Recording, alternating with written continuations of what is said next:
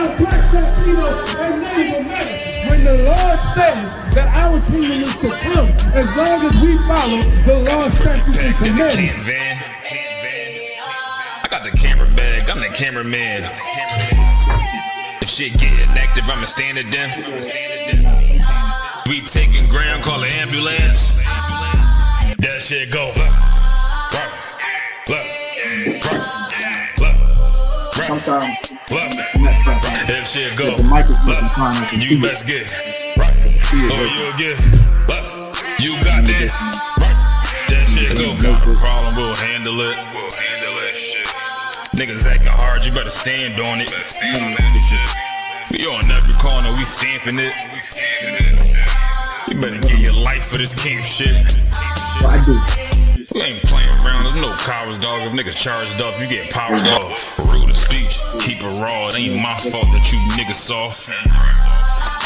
It ain't my fault that these niggas frauds. It ain't my fault that them niggas rats. If your colors fly, you don't get that shit go. Right, nah, yeah, if shit go, you best get right, or you'll get you got that. That shit go right.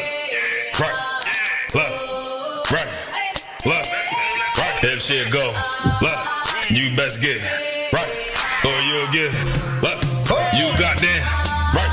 That shit go. Wanna go to war, gotta hop into the van. Tryna cut the scene of something you don't understand. Getting checked from my betterment, better take it like a man. Nigga, how you walk away for camp? If you willing to die, you better be willing to stand. Take a trip around the world, see a bunch of corners held by them UPK niggas. All them UPK niggas go to camp. And I'm on Shamar here hanging out the car window when I pull up straight to the battlefield. And I'ma make sure niggas make it back home. Say, nigga, what you thought? With anything moving, I be on. Gotta remind them we nothing like them niggas that you saw. If you hear back up, that'll be your last time to get out the way. The price to pay before. That shit go. Nah, for real though.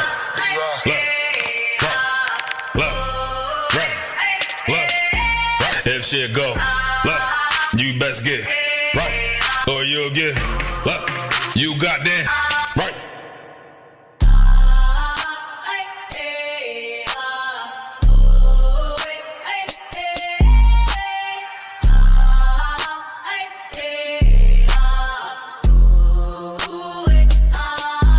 That shit go. Nah, for real though.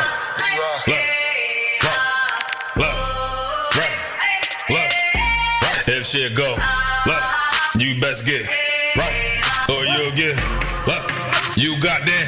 How about to put y'all shot right there? Move that song! Move that song! Move that song! The Father we fear! The Father we fear! Yehovah! Israel! Israel! Israel!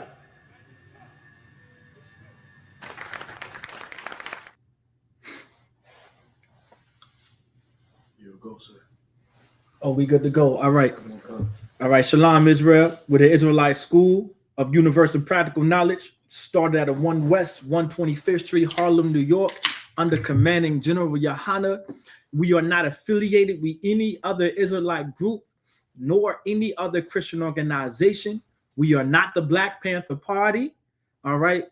We are not these fake Israelites who went to Christianity. We're none of the sort. We are under commanding General Yohana, all right? And we've been established since 1969.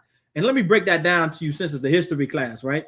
When we say the Israelite School of Universal Practical Knowledge since 1969, when we say that 1969 part, that means the spirit of the Most High came back to the earth, to his people in 1969. For years and years and years, we knew who we were. Some of us knew who we were.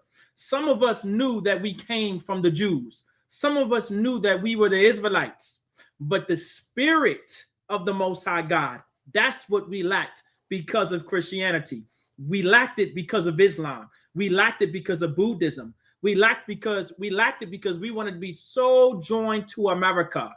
We wanted to be so integrated into America. We wanted to be so liberal. We wanted to be so conservative.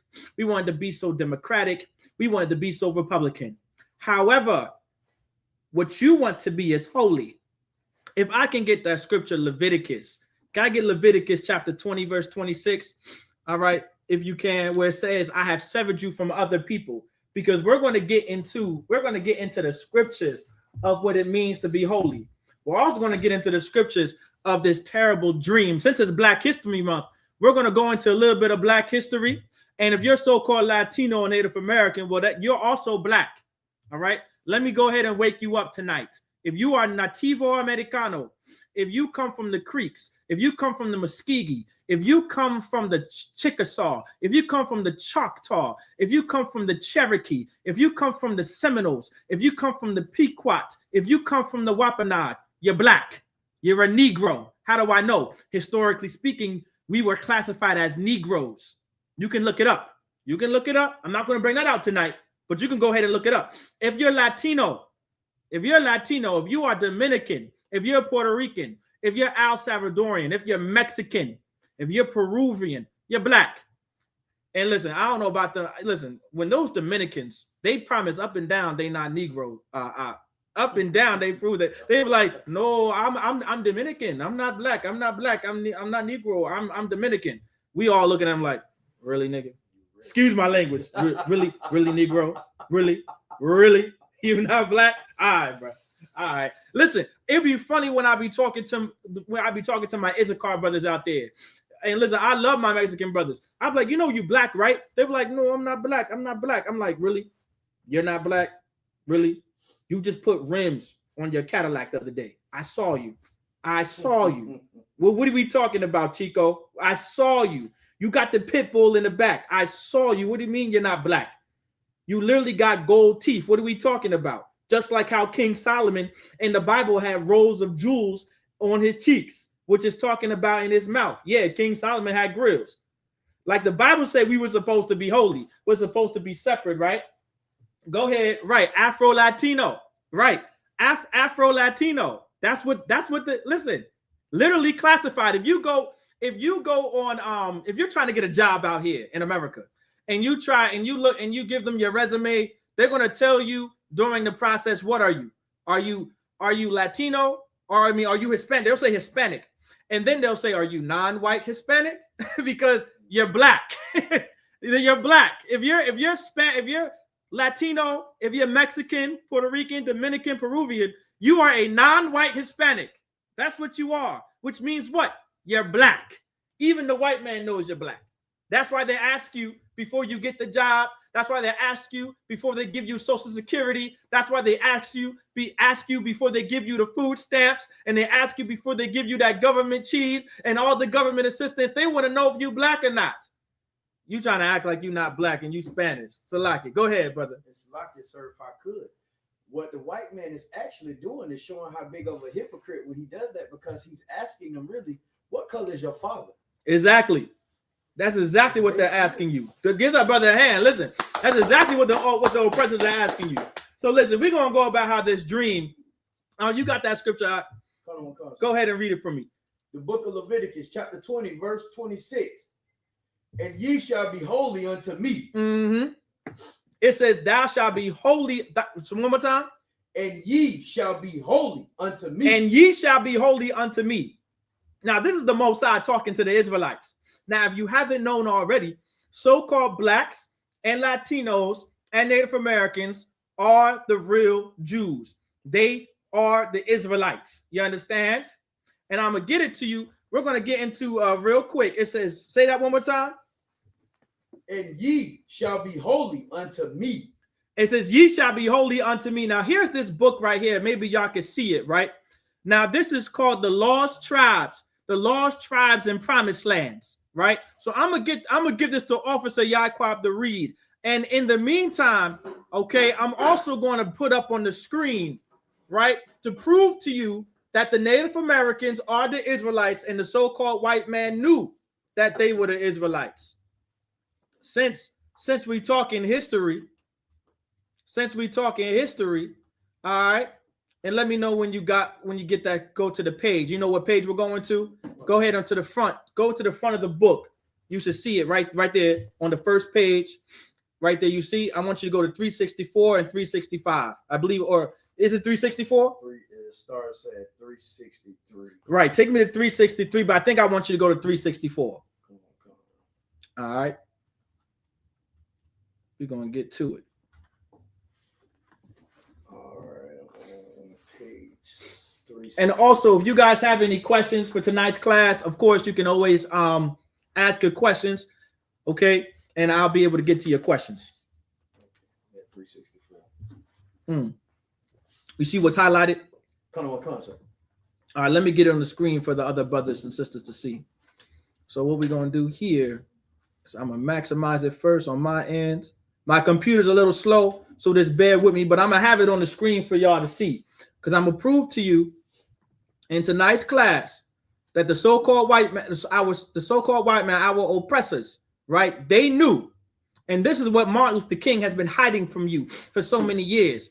By joining us to America and integrating us into a burning building, Martin Luther King said himself, I fear that my dream has many points of becoming a nightmare, and I've integrated my people into a burning building. These were the words of Michael King, Orgy Mike, as we call him. And so we're going to go ahead. This is the information that you should have been learning. But because of us joining, because of MLK joining us to America, integrating us into America, all right, and of course, turning us out, right, turning us out to be the best Democrats and the best Republicans and the best conservatives and the best liberals is why you don't know this information. So you go ahead and read it from where it's highlighted. Out of the Book of Lost Tribes and Promised Lands, page 364.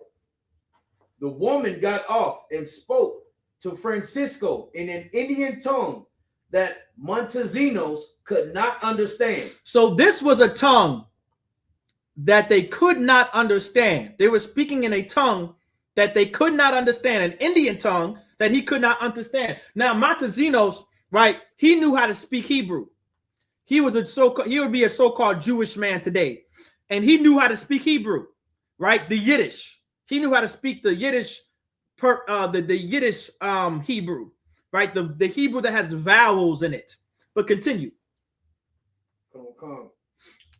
Although he could perceive that he was being identified in the conversation. Even though they were speaking in an Indian tongue, he can somewhat understand that he was being identified.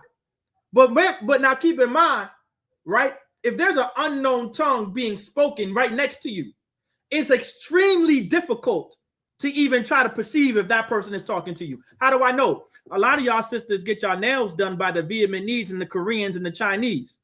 And you can't even tell if they're talking about you or not. And you're right there next to them. They're doing your feet and they're doing your nails. And you don't understand a lick of what they're saying. And you can't even perceive if they're talking about you or not. But somehow Montesinos can. I wonder why that is. I wonder why that is. Why is it that he could have kind of perceived that he was being talked about in the conversation? Please continue reading. She then turned to her male companions to explain the situation. So she turned to her male companions and explained the situation. Go ahead. Upon hearing her words, they rose, went over to Montesinos, and to his utter astonishment said, Shema Yisrael. It said, oh, wait a minute. It says, go ahead one more time. It was an astonishment. Shema Mm-hmm. Yisrael. Mm-hmm. Adonai. Mm-hmm. Elohinu. Uh-huh. Adonai. Ehad. Go ahead.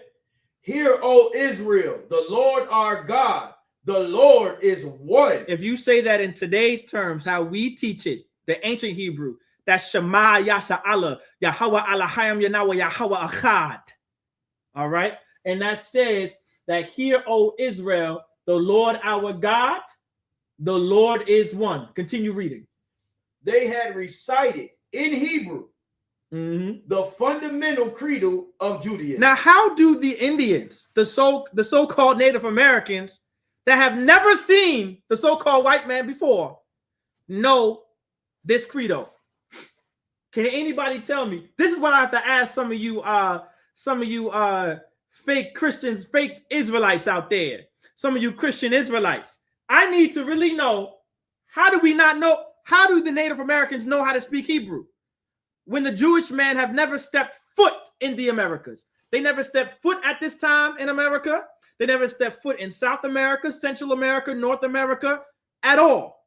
So how were they introduced to this, quote unquote, this credo of Judaism? Well, we about to find out. Go ahead and continue. Go down if you can. And I want you to, let me see if I can go here. I'm trying to see if I can I think that's what I'm doing wrong here. I wonder if I can zoom. I don't think I can zoom in this way, huh? Yes, I can. There we go. All right, go ahead and read. Come. The next highlighted portion. We're going to skip down. They told him that they were themselves of the tribe of Reuben. Now, wait a minute. Say that one more time. They told him that they were themselves of the tribe of Reuben. This is what they told him. Now, hey, Jewish man, I have a question for you. What tribe do you come from? I'll wait. I wish there was some Jewish people in the audience. You know what I'm saying? Because I want to know, Mr. Jewish man. You know, and by the way, I'm talking about the same Jewish man that Martin Luther King made deals with. I'm talking about the same Jewish man that MLK had his head so far up their tail. Right. I'm talking about that Jewish man. I'm talking about the Jewish man that, you know, these Christian pastors done deals with so they can make all the money and rob you every Sunday. I'm talking about that Jewish man. Right. I'm talking about the Jewish man who runs Hollywood, who runs the pornography industry, right? And who believes in having sexual relations with children. I'm talking about someone like Epstein. I'm talking about you, Epstein. I don't think he's alive anymore. I think they knocked him off because he got caught. Right. And so they had to get rid of him. They said it was a suicide. Excuse my language, YouTube. But they said he unalived himself. Well, we know how our oppressors get down. He didn't unalive himself. Just like any quote unquote homicide, they always want to name it a suicide. Well, let me tell you something. I'm talking about you, Epstein. I'm talking about Jewish people like that. How is it that? How is it? Where tribe do you come from, Epstein? Rothschild? I wonder, huh? Rosenberg? You know what I'm saying? What Smith-Serg? What tribe do you come from? Well, let me be candid with you. You don't come from any tribe. You don't come from any tribe. And I got evidence for that too tonight. You don't come from any tribe. But the Native Americans do come from a tribe. Continue, read that one more time. They told him that they were themselves of the tribe of Reuben. This is history, y'all. This is absolute history. Please continue. And that the tribe of Joseph. Now we have a second tribe in play. One more time. And the tribe of Joseph. Go ahead. Lived on an island nearby. So if you don't know who the tribe of Reuben is, this was taking place in the state of Florida. If y'all didn't know that, this was taking place in the state of Florida. Before it was the state of Florida, this was known as the Louisiana Territory.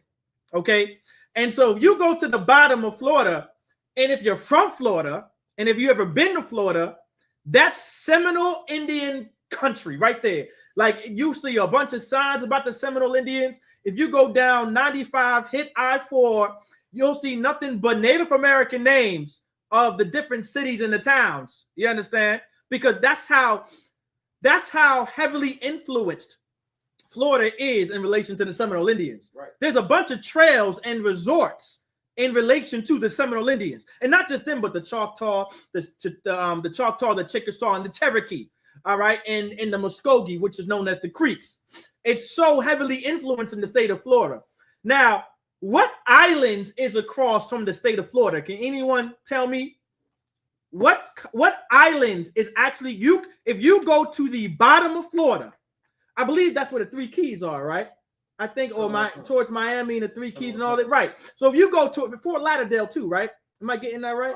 Or is that Fort Lauderdale a little to the right? Fort Lauderdale is a little bit up, but it's a little up. It's a little bit up. It's a little up though. Okay, never mind. So if you go towards the Three Keys and towards Miami for sure, right? Miami and the Three Keys and all there. Does anybody? Oh my, damn! They listen. Cuba.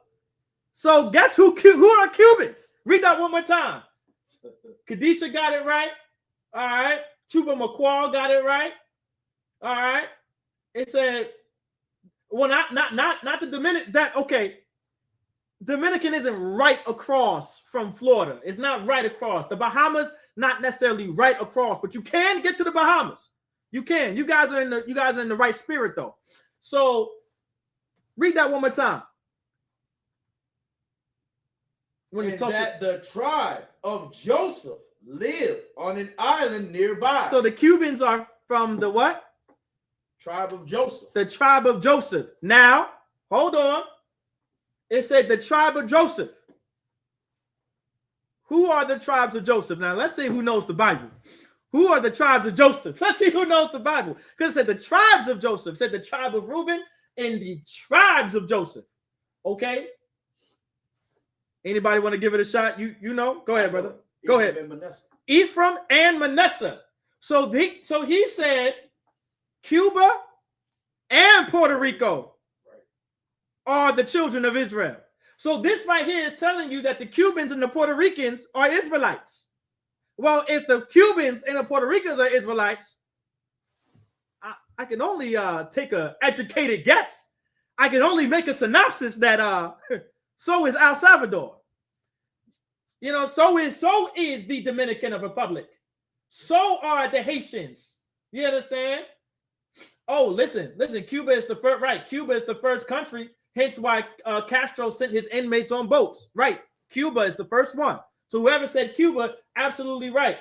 So now, right, it says, are those 10? No, not his grandsons, Chuba McCall. Those would be his sons. So Joseph, the sons of Joseph was Manasseh and Ephraim. All right. Which is Manasseh would be the so-called Cubans today. And Ephraim would be the so-called Puerto Ricans. I believe Manasseh actually consists of more. No. It is just Cuba, right? Right. Yeah. It's just the Cubans. Wow. Now if we want to get into Naphtali in them, now we're talking about the El Salvadorians, the Panamanians, the Peruvians. So with the information we have right here, if the tribes of Joseph are right across the water from the tribe of Reuben, and it's saying the Cubans and the Puerto Ricans are the Israelites, then if you make an inference, let me use Officer Shemai words. You know, I'm a little educated too, Officer Shemai. You know, I may not be no English major, but, you know, I'm a little educated. If we make an inference, right, you know, that means the Peruvians are Israelites, and the El Salvadorians and the Colombians and the Brazilians are Israelites, right? And the Haitians are Israelites, just like the people from the Bahamas. The Bahamas are Israelites. We can only make an educated guess from there. We can only, I believe this proves our hypothesis. You understand? So, which means when we say blacks and Latinos and Native Americans are God's chosen people, we can go to the Bible and tell you that we are the Israelites. We can prove it to you, right? That the 12 tribes of Israel are so-called blacks, Latinos, and Native Americans in the Bible. Let me remove this from the screen real quick. Is there any more on that? Please, actually, continue reading. I'm not going to remove it. Continue reading. Come on, sir. However, on account of their need for education, for though they spoke Hebrew, they could not read or write it. So so when you go into the Americas, right? We've been so far removed because we've been so far removed of our culture. Even though we wasn't able to write the Hebrew, we was able to speak it. There's no, that's why you don't see too many writings of Hebrew found in America. However, there have been some artifacts found of Hebrew artifacts, actually pretty old too, Actually, they found older artifacts of the Hebrew written in America than they did in Jerusalem. Please go ahead. It's like it, sir, if I may. What further bikes up, well, you can say that conversation was taking place in Florida, in Tampa, Florida. There is a place called Ybor City that was started by the Cubans. There is an Italian restaurant in the middle of this little, it's a club area, 7th Avenue. Yeah. On this restaurant, there is a picture of the Taino Indians, the so-called children of Joseph, looking and pointing at the white man coming to the shore of Florida. And on the picture, the Indians were black. Oh my God. This is in Tampa, Florida. Listen, I hope it's still, listen, I might have to take a trip there. If it's still there, we gotta go, brother. On the wall. The city, Ybor City was started by the Cubans, the tribe of Manasseh, Reuben, and the Seminole Indians. Right. Oh my God. Listen, give Officer Yaquab a hand. Listen, I'm about to take me a road trip. Now, if anyone doesn't know me, right? I love driving. I love road trips because growing up, my grandfather, we would drive everywhere. The furthest we went was North Carolina, but we would drive everywhere. And my grandfather loved history. That's why history is so, I love history. I love reading books because my grandfather would just ask me questions about who's this and who's that and what's this and what's that while we're driving down the road. And guess what? Now we're here. I'm going to have to take a trip down to Florida and take a picture of that because what our oppressors end up doing is they'll end up having the truth right in front of our faces. And because we're so high and because we're so drunk and we're so abused and we're so sexualized, we just overlook it. Right. But if you could just not be sober, if you could just be sober for just one moment and start reading, if you just be sober just for a little while and just step outside and see the world outside, you'll be like, man, there's so much truth out here. There's so much truth. That's why our communities are flooded with drugs. That's why our oppressor poured drugs at a mass amount into our communities. So we wouldn't read this for what it really says. You understand? And so the point that I was making earlier, man. So like what I was making earlier when it comes to this right here, when we say the island across, right? We can use the Bible by itself to prove to you that so-called blacks and Latinos and Native Americans are God's chosen people.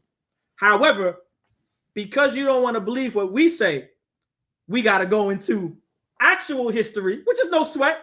We can go into the actual white man's words and actual history recorded to teach you that so-called blacks and Latinos and Native Americans are the children of Israel.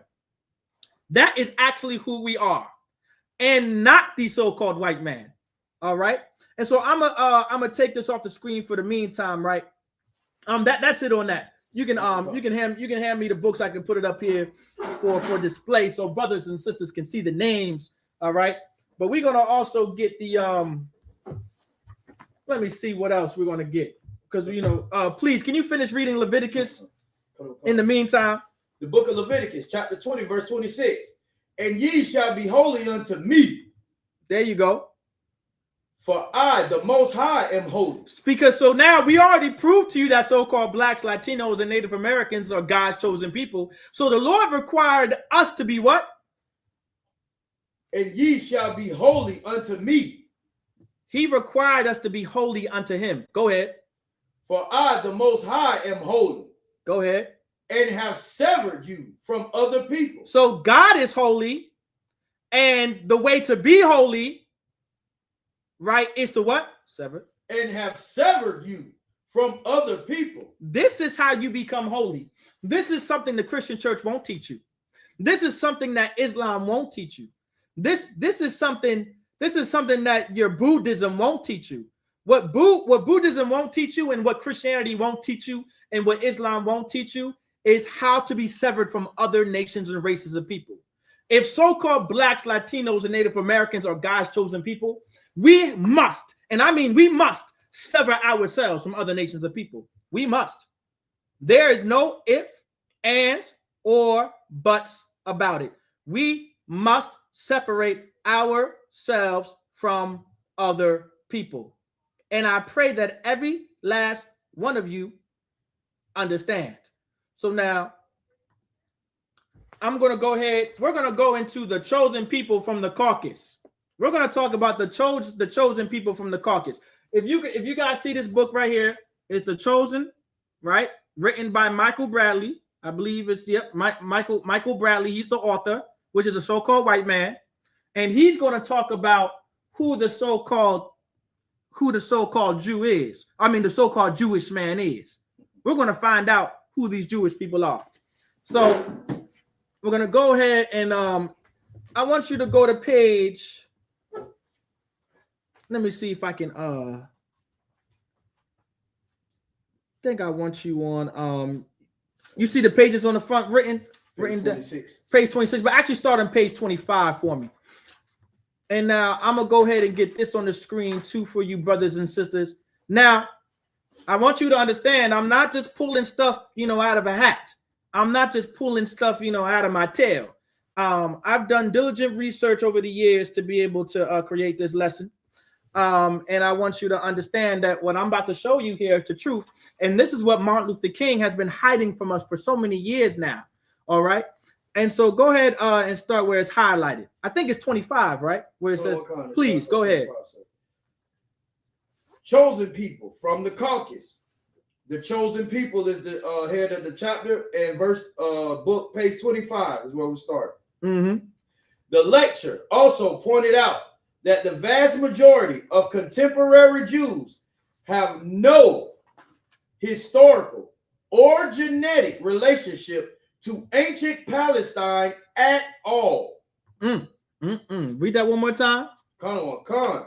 The lecture also pointed out that the vast majority of contemporary Jews have no historical or genetic relationship to ancient Palestine at all. So these Jewish people who claim to be Jews, I ask you one more time, Mr. Jewish man, what tribe do you come from? What tribe do you come from, Mr. Jewish man? There are 12 tribes.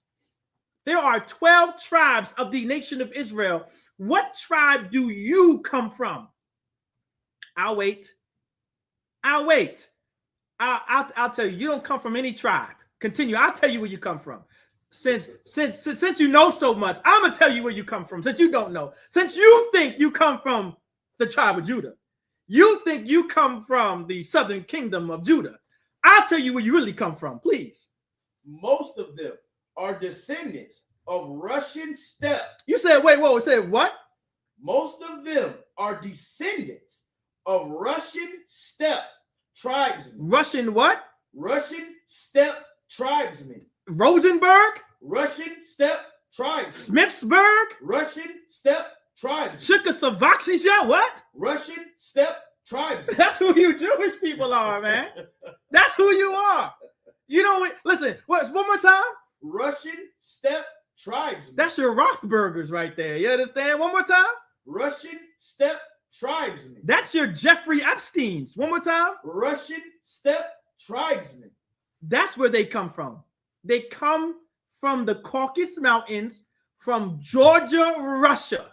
That's where they come from. I'm not making this up. This is actually in history. This is in the books right here. I want y'all to share this class to all your family.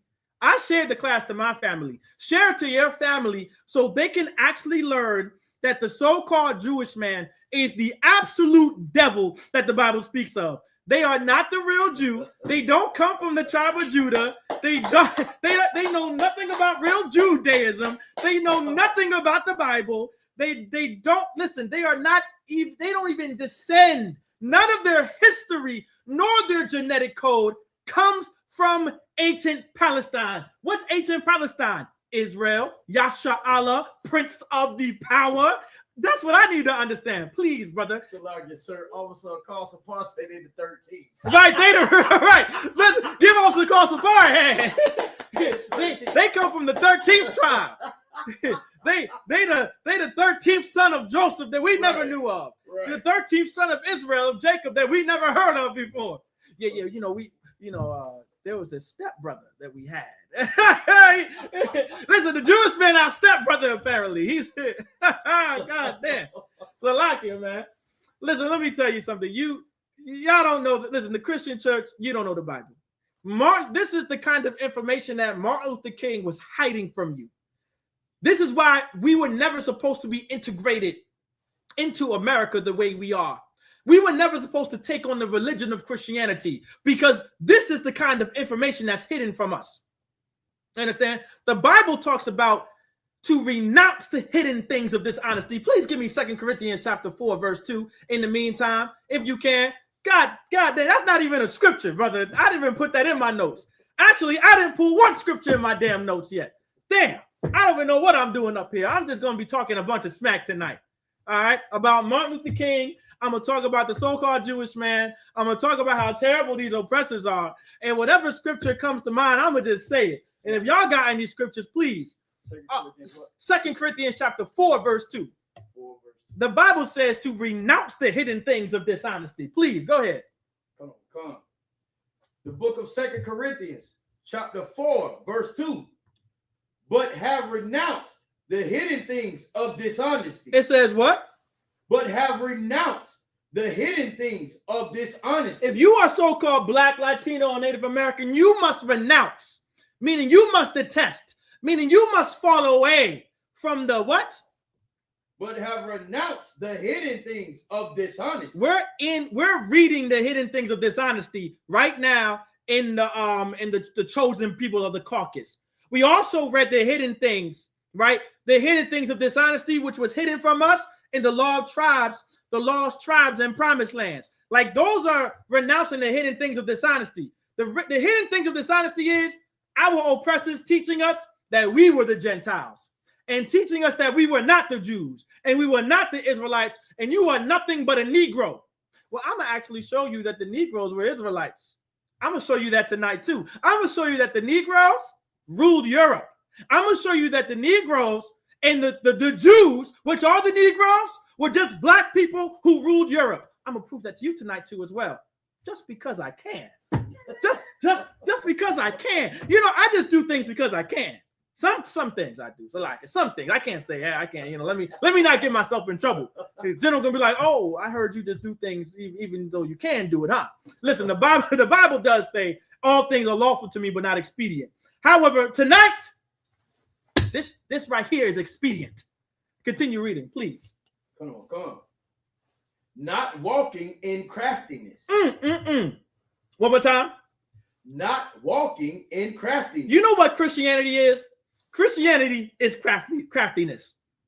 Christianity is absolute craftiness. So is Islam. So is Buddhism. So is Judaism, right? All of these are craftiness. You know what also is craftiness? The Republicans, the Republican Party, the Democratic Party, being so liberal, libertarianism, being so conservative, conservatism. All of that is craftiness, according to the Most High. How do I know? Because it tricks our people. It causes our people to oppress. We took on the religion of Christianity, and we reap none of the benefits of Christianity, but these Pharisees and Sadducees in charge up so far up our oppressor's tail. Like your TD Jakes and your Creflo Dollars and your give me some more, your Jamal Bryants. You know what I'm saying? Your Creflo Dollars, your Kirk Franklins, your Marvin Saps, who told the congregation that he needs this amount of money and everyone better give it tonight. You better close these doors because I want my money and I want it now because I'm a pimp for this white Jesus Christ named Caesar Borgia, the second son of Pope Alexander VI of Rome, a man who unalived his father. A man is the homosexual lover of Leonardo da Vinci, a man who had sex with his sister Lucretia Borgia. That's who they pimping for. I can't make this up. That is absolute history. Please continue. Oh, come. Nor handling the word of the Most High deceitfully. Listen, brother, I forgot that was in there. Damn. Read that one more time. I forgot that was in the Bible. Nor handling the word of the Most High deceitfully. So who holds the words of the Most High deceitfully? You're Christians. Who also holds the words of the Most High deceitfully? I'm not even going to say it. I want y'all to answer. We already said Christians. That's how the, who else? And stay with me tonight. Stay with me tonight. I'll accept 2 more answers. Go ahead, Officer Yaquab. The white man. The so-called white man, but listen, be more specific. The Jewish There man. we go. The Jewish man holds the words of God deceitfully. You understand? Please, give me more. Come.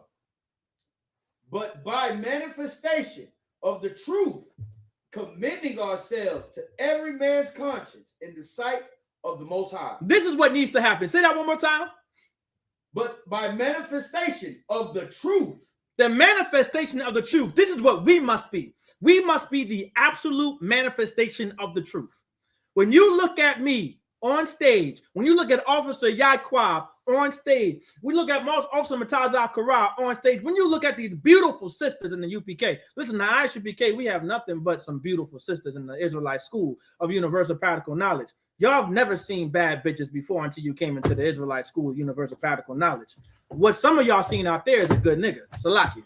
That's all you seen. But in the ISUPK, we got some bad sisters in here. Right. We got some good, bad sisters in here. You understand? And when you look at them sisters, you know that they are the manifestation of the truth. You understand? You know it. How they conduct themselves, how they listen. You understand? Please continue.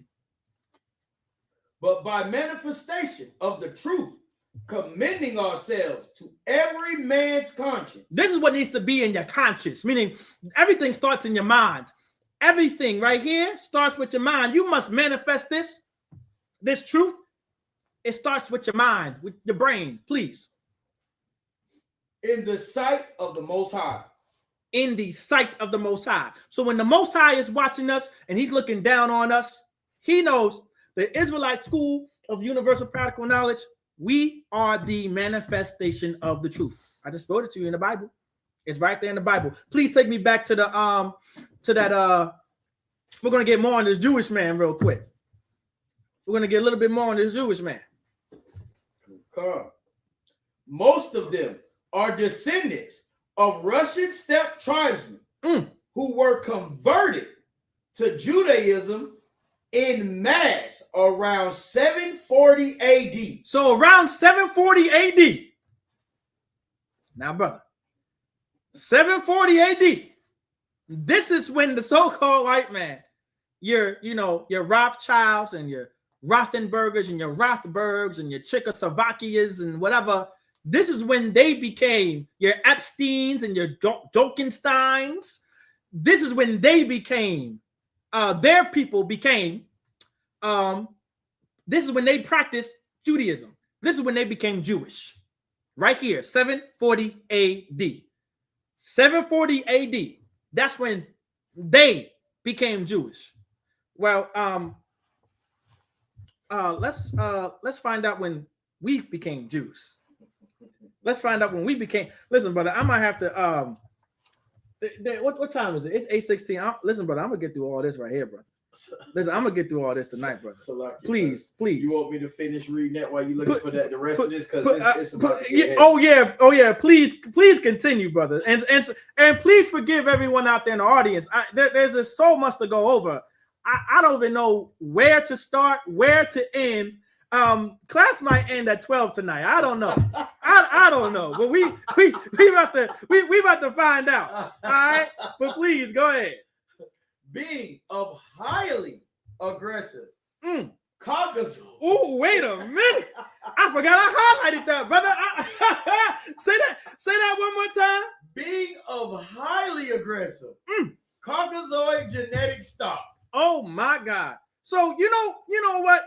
That Jewish man, right? Oh, wait a minute, brother. Wait a minute. There's something. I didn't even take a picture of this, but I believe it's in that book, brother, on that. But you don't got to go there right now, but I'm going to break this down, right? It says bring of highly aggressive Caucasoid genetic stock. This is why Jewish people were involved in the slave trade, because they are aggressive Caucasoid genetic stock. That's who the Jewish man is. You want to know why the Jewish man runs Hollywood and Epstein had an island full of children with other white men and the other rich people having sexual relations with children is because they come from an aggressive Caucasoid genetic stock. That's why. You want to know why the Jewish man is so aggressive, is so evil, and so disgusting, and he is the head of Hollywood? I mean, the head of the pornography industry, right? And those sisters get brutalized, brother. Those sisters in there and those women, no matter what nationality you come from, listen, when you're in that industry, you get so abused, you get tossed around. You would have rather got put to absolute unalivement before you became a explicit content creator or some, as they call it, a porn star. That's right here. It's because they come from a highly aggressive Caucasoid genetic stock. There's another, I didn't highlight it, but it talks about them, if you can't get to it, if you can't find it, it talks about them being sexually aggressive. It's kind of concert. You see it? Please. Listen.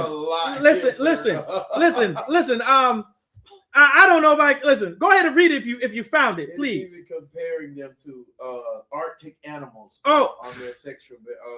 Let me see.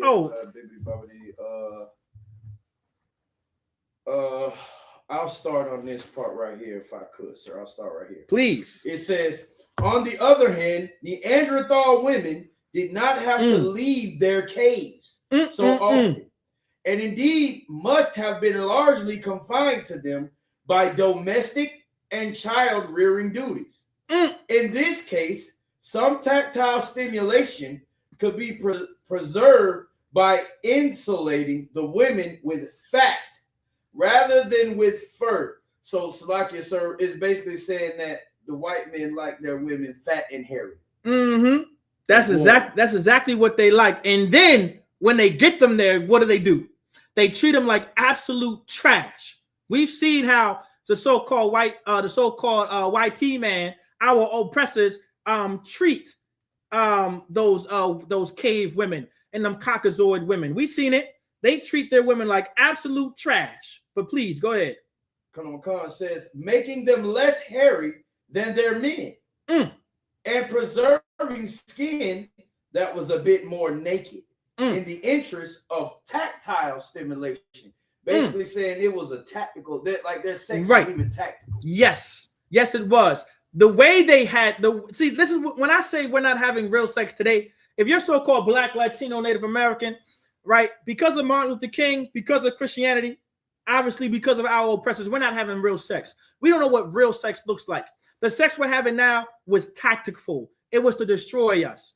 It was to do us so much harm as a community and as a nation and as a race of people and as a family. We don't actually know how to have sex.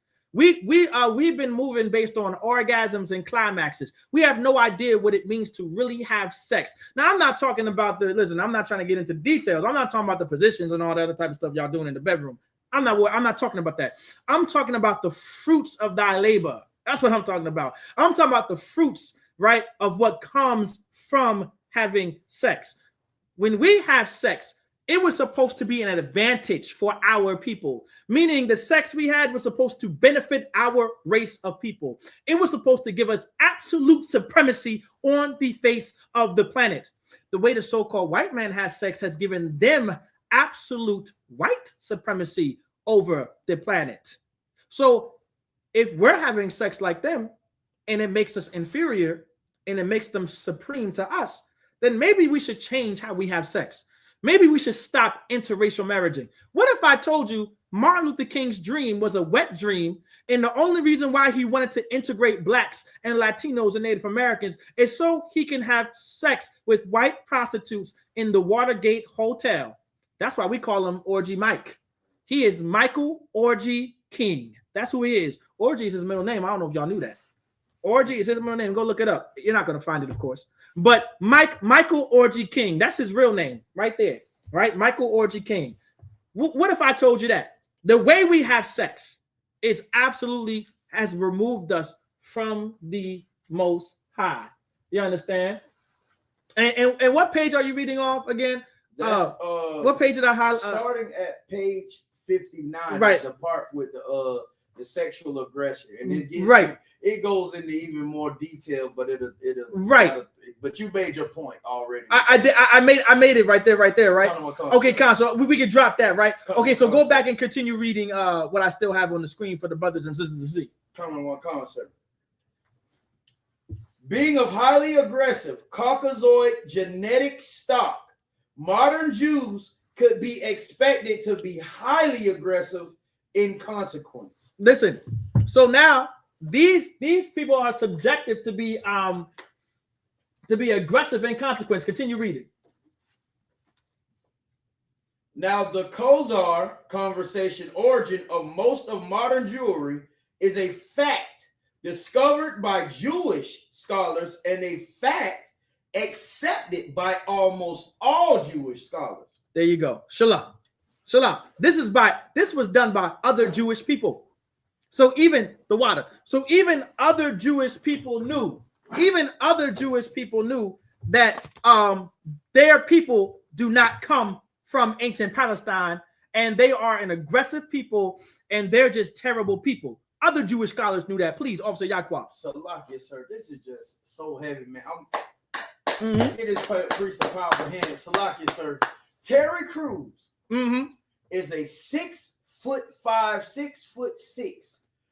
Probably, this man probably has 1%, maybe, if that, percent of body fat. Right. He is all muscle. The brother is sculpted out of a rock. Right. A little 5'8" Jewish man walked up to this brother and grabbed his private part, right, his genitalia, in front of his wife in the middle of a party. This is how aggressive those people are. Sir. Listen, bro, that's a heavy point. And this heavy. Sir. Listen, give Officer Yaqua a hand. That's a heavy point. I didn't even know that happened. Like, this is how sick these people are. That's why Jeffrey Epstein had a island. I mean, an island full of little girls and little boys being tortured and brutalized and sexualized and unalived. I mean, unalived. They literally, listen, there's stories. Now, we don't know if it's true or not. Now, if you know Officer Yarasamah, I don't care if it's true or not. I don't hold nothing past our so-called oppressors. I say it's true. Because you know what's crazy? You want to know how I know it's true? They did it to us. Like, we are the proof that they are doing that to them, that they did that to them little boys and little girls on Epstein's Island. I don't need the files, right? I don't need the files. You know why? You know why so many people want the files? Because you still have hope. You still have hope, and you still have trust and belief in this disgusting individual called a white man. You still have hope and faith in our oppressors. You have so much hope, have so much faith and loyalty to America. You want to see it for yourself. If you're so-called Black, Latino, Native American, you are the proof. You are the proof that they did it. Your uncle did it. Your uncle, listen, your uncle touched you. Your mom, she touched you. Your auntie, she brutalized, she sexualized you. She went into your room last night. She was drunk and high and started touching and filling up all over you at night. Your uncle did it. Your daddy did it. Your mommy did it. But you're telling me the white man didn't do it? That's crazy. Listen, if you're so-called Black, Latino American, or Native American, you are the proof that our oppressors did what they did on Epstein Island. They did it. All right. I'm off from that. Give me go ahead and get a Babylon, please. And I want you to go to 70 AD. I'm gonna prove to you when we became Jews. All right. Here's the proof that we were Jews. I'm gonna go ahead and get that for you, brothers and sisters, tonight too as well. What did Officer Yagadar say? So this explains the island, right? This explains slavery. This explains the sexual abuse of our native brothers and sisters. Violence and sex go hand in hand with these people. Exactly. Listen, give Officer Yagadar a hand real quick. Damn right. This explains all of that. All right, that explains all of it. Let me see. In the meantime. Let me see. I don't think it. I gotta refresh this real quick. Go ahead and you can start reading in the meantime. It should have sent. I just gotta refresh my page so I can get to it. Trying to find what page you want to search. Oh, go to the front where I have it written to. I have it written. I think it's page 80 something. You see on the front, all the way in the front. I have it highlighted too. It's like page 84, maybe. I think I'm on 84. Page. I think I want page. Let me see. I don't want page 90 yet. I want page 84, and I want you to start at 65 BC. Page 65. Okay, I'm on. Okay, I got that with 84, and then yeah, there's some other points in here if you want. Okay, and listen, if you see any points there, brother, please, by all means.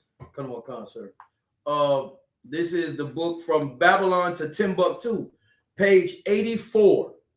Now, I'm about to have it on the screen in a bit, but this is Babylon and Timbuktu. We're going to get some history tonight, y'all. We're going to get some history tonight. This is all the information that we were failed, that the Christian leaders and black leadership failed to teach so-called blacks, Latinos, and Native Americans because of Martin Luther King, because of Michael Orgy King. I promise you. Go ahead, please. Come on, From Babylon to Timbuktu, page 84. In the year 65 BC, the Roman armies under General Pompey captured Jerusalem. Now repeat that from the top. In the year 65 BC, the Roman armies under General Pompey captured Jerusalem. So in the year 65 BC. Now, do you remember the year that our oppressors became quote-unquote Jews? 740 AD. This was 65 BC. Please continue. In 70 AD, General Vespasian and his son Titus put an end to the Jewish state. So it says put an end to the Jewish state. Now, when it says the Jewish state, we know that this isn't talking about the so-called Jewish man's Jewish state, because he didn't become a Jew or Jewish until when? 740 AD. So when it says Jewish state in this book and the time frame that we see it, this is how you know this is talking about the real Jews. Please, and it's going to continue. With great slaughter. When great slaughter. Now, I don't know if you know, but the Romans were the so-called white man, the so-called white T-man. The Romans were our oppressors, like Julius Caesar, right? And people like that, like your Pontius Pilate, like these were in Herod, which was from the, listen, brother, Salakia, Herod was an Edomite. Listen, also give also Yaakov another hand. He brought an excellent class. Listen, King Herod came from Edom. He was an Edomite. Well, let me tell you something. The Jewish man, he's an Edomite. You understand? Julius Caesar, the Romans, they were Edomites. Your Pontius Pilate, they were Edomites, which are the so-called white T-man today. That's who they are. And it says they did what? With great slaughter. It said with great slaughter. This is what they did to Jerusalem. This is what they did to the Jews in Jerusalem. Go ahead. During the period of the military governors of Palestine, many outrages and atrocities were committed against the residue of the people. So the people, it says the what? Many outrages and atrocities were committed against the residue of the people. Because the people that were there, because we were so scattered, right? Amongst different empires, we were everywhere. We were already in Europe. We were already in going towards Turkey. We were also obviously in Jerusalem because that's where we are. So we were scattered. That's why Paul is writing letters to Ephesia in the Bible and Corinthia and Galatia and places like that, because we've been scattered amongst the Roman Empire. Please. During the period from Pompey to Julius, it has been estimated that over 1 million Jews fled into Africa. It said what?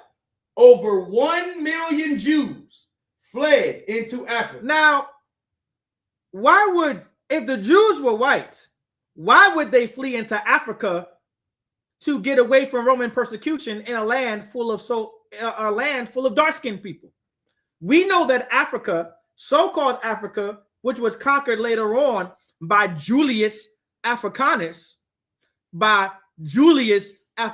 who's what we're talking about right now. Pompey to Julius is talking about Julius Africanus right here. Julius Africanus beat Hannibal, right? And that's why Africa is called Africa. Well, if this was white people, then why did they flee into a continent full of dark-skinned people? That wouldn't make any sense, would it? Now, I know you're like, oh, well, that's such a basic argument. Well, it may be a basic argument, but I need you to really, really use your mind and really, really use your brain that this can't be talking about white people. This can't be talking about the disgusting, aggressive, sexual aggressive Caucasoid bunch. It can't be. It can't be talking about the Caucasoid, aggressive Caucasoid group of people. It's not. It can't be, please. Fleeing from Roman persecution and slavery. It said what? Fleeing from Roman persecution and slavery. Because the Jews were in slavery under the Romans. One more time. Fleeing from Roman persecution and slavery. By God. I have a question for you, so-called Jewish man, right? Before 740 AD, were your race of people ever conquered and oppressed by the Romans? Please. Before. Salaki, go ahead, Salaki, sir. Listen, man, this is heavy, man. Jewish people, if you talk to them and you ask them, they will tell you, yes, we have never been in slavery. Never. They will say this. And when they say it proudly. Listen, brother. Listen, give also Yaakov a hand. Listen, brother. The Jewish man would never admit that they were in slavery under anyone. But it says right here that Jews were under Roman persecution and slavery. So before 740 AD, Mr. Jewish man and Mrs. Jewish woman, were your people ever enslaved and persecuted by the Romans? No, they weren't. You know why? Because you were the Romans. You were Pontius Pilate. You were Julius Caesar. You were Julius Africanus. You were Pompey. You were Titus. That's who your people were. You understand? Please continue. The slave markets were full of black Jewish slaves. Whoa. Repeat that one more time, brother. The slave markets were full of black Jewish slaves. This is history right here. This is an historic document, historic literature stating that the Jews the slave markets were full of black Jewish slaves. Now, when it says Jewish, we know that this isn't talking about the Jewish man. Why? Because he didn't become a Jew until 740 AD. Well, let me prove to you, right? Of course, based on, I'm just using things in context, but you can't just become a Jew. You have to be born a Jew. That's why we read they converted to Judaism.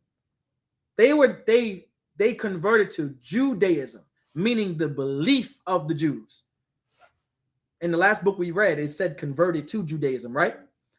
Which means they never became, you can't become a Jew, you have to be born a Jew.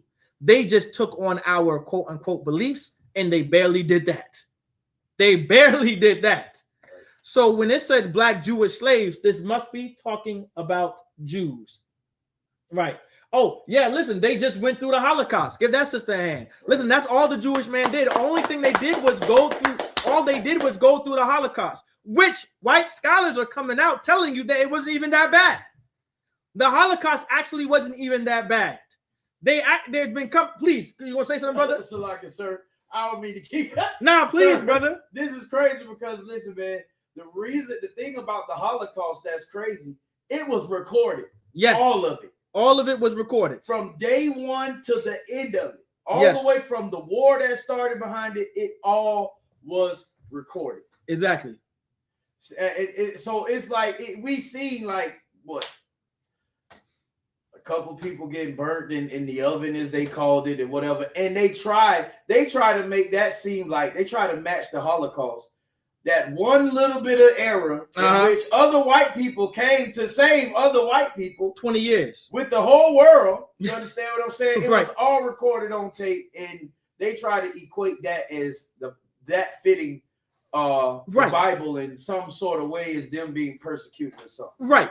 Give also Yaakov a hand. I have a question for you, Mr. Jewish man, if you're listening tonight, because I know you're trying to find a way to flag my video. Ooh-wee. I know you're trying to find a way to flag my video. I have a question for you, Mr. Jewish man.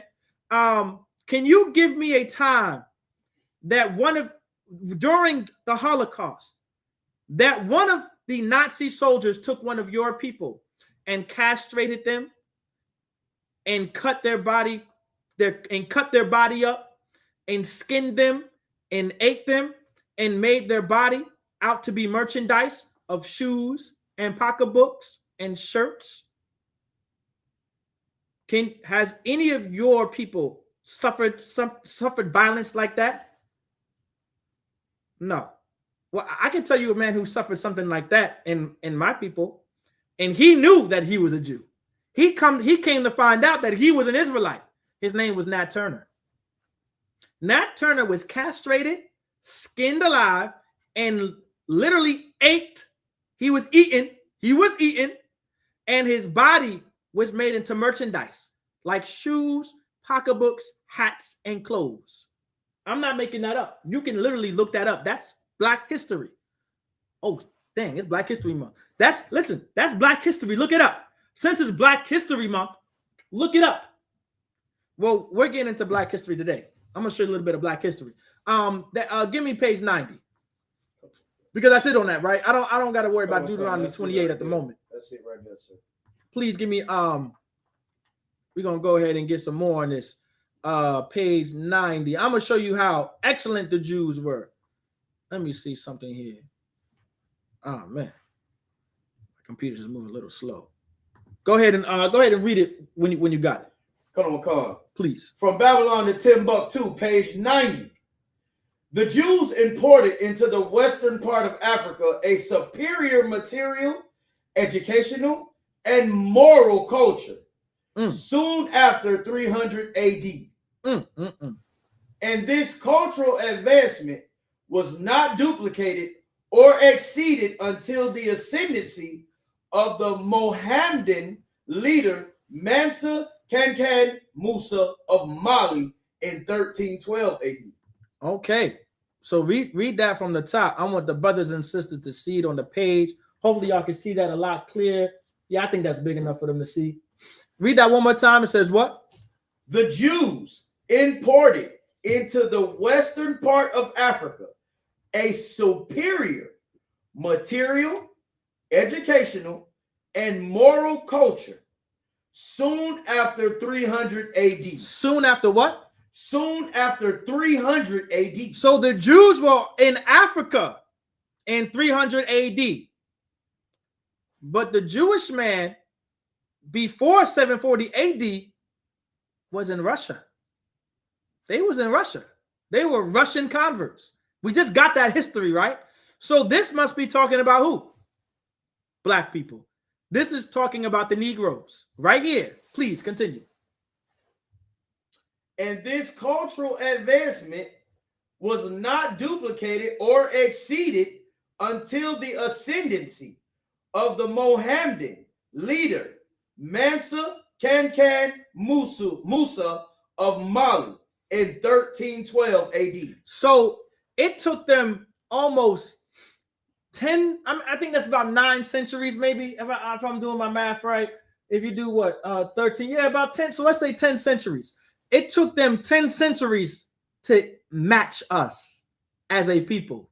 When it came to education, when it came to superior material education and moral culture, it took the Africans, right, and Muslims, because Mansa Musa was a Muslim, right, in relation to religion. Right. It took them 10 centuries to even match what we had going on. Please. It's like this, sir. And one of the biggest things right there, besides the material and educational. It says the moral culture. Yes, the moral culture. It said what one time? The moral culture. It says the more. Give also Yaquab a hand. Listen, it says the moral culture, meaning we actually had something called morality. Our oppressors in these other nations and races of people, they do not have a sense of morality. And the only reason why they have a sense of morality the way they have now is simply because of Christianity. It's simply because of Constantine. If it wasn't for Constantine legislating Christianity in 340 AD, God the Father, God the Son, God the Holy Spirit, that he didn't even care for himself, right? They wouldn't have a moral compass whatsoever. They would not have a morality the way they have now whatsoever. Please continue. Skip down for me. Come. The black Jews had an advantage over the African tribe. It said what? The black Jews had an advantage over the African tribe. We're not African. If you're so-called black, Latino, and Native American, we are not African. There's over 50-something countries in Africa. Which one do you come from? You can't tell me because you're not African. But you are the people who are better than the Africans. You were the people who were far more advanced than the Africans and had an advantage over the so-called Africans. Please. They carried their culture, history, laws, and written records with them. Go ahead. This assured them a constant precedent for the development of a higher social organization. Because of the stability of the black Jewish culture, the Jews were not absorbed into the autochthonous population. Yep. Go ahead. In fact, the Jews absorbed some of the native tribes. The Jews made use of every opportunity. They were an industrious and skillful people. In the Jewish Ghanaian states were found kings, princes, governors, generals, secretaries, treasurers, revenue agents, judges, architects, engineers, doctors, historians, language interpreters, mathematicians, jewelers, sculptors, masons, carpenters, painters of art, goldsmiths, leather workers, potters, armorers, saddlers, blacksmiths, agriculturists, etc. What Officer Yaquab just read is exactly who we are in America. If you are so-called black, Latino, Native American, you are this right here. The very same thing you were in Africa. This is what we were. This is what we are right now, today, in America. I kid you not.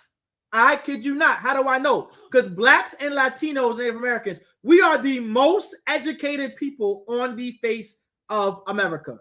Please go ahead. And Colonel Khan, sir, Salakia, sir, if you can still see our influence today in Africa with the way they built their cities. Yes. Africa has 6 of the top best cities in the planet. Right. In the world. And it's all designed by what our knowledge and how we live. Exactly. They take the culture of they even have African people going around calling themselves American rappers. Yeah. They got the African 50 Cent. They got the African Jay-Z. Right. They got African Biggie Smalls. You know, they live and center their whole lifestyle around the so-called blacks and Hispanics and Native Indians in America over there, sir. Exactly. This is, and listen, give Officer Yaquab a hand. Salakia. Like, this is who we were. It talks about us being everything we are in America. We are your plumbers, and not just your plumbers, but we are the best plumbers. We are your best electricians. We are your best carpenters. We're your best hairstylists. We're your best engineers. We're your best computer scientists. We're your best astronauts. We're your best software techs. We're your best everything. You know what's crazy? Did you know black women are the backbone? Black and Latino and Native American women are the backbone to the medical industry. Did you know that? Did you know black women are the backbone of the education system? Did you know that, brother? If you look, I'm not making this up. Black women are the backbone to the educational system in America and the medical system. We are these hospitals. would not function without black women. How do I know? These senior citizen homes would not function without black women. How do I know? Because we're your CNAs, we're your medical assistants. They're your medical assistants. They're your medical assistants. They're your CNAs. They're your LPNs. They're your RNs. They're your nurse practitioners. They're your phlebotomists. They're your X-ray techs. These are who black women are in the medical industry. Every hospital would damn near suffer such a drought, and it would go to absolute hell if it wasn't for black women running those floors 12, 13, 14 plus hour shifts on those floors. I know there's an RN out there listening. I know there got to be some black RN right now probably tearing up with what I'm saying, because she knows she works 14 plus hours on that floor, and that floor would go to absolute hell if she wasn't there. How do I know? Because she gets called in every Sunday. She gets called in every Monday. She gets called in every Tuesday. She gets called in. Listen, Friday might be her day off. You know who they're calling? They're calling Shonda. Hey, Shonda, please, can you please come in? Can you just sacrifice a little time? We'll make sure we give you the right overtime hours. We know we messed up in times past. Can you do that? Oh my God, you're such a lifesaver. That's that. That's that.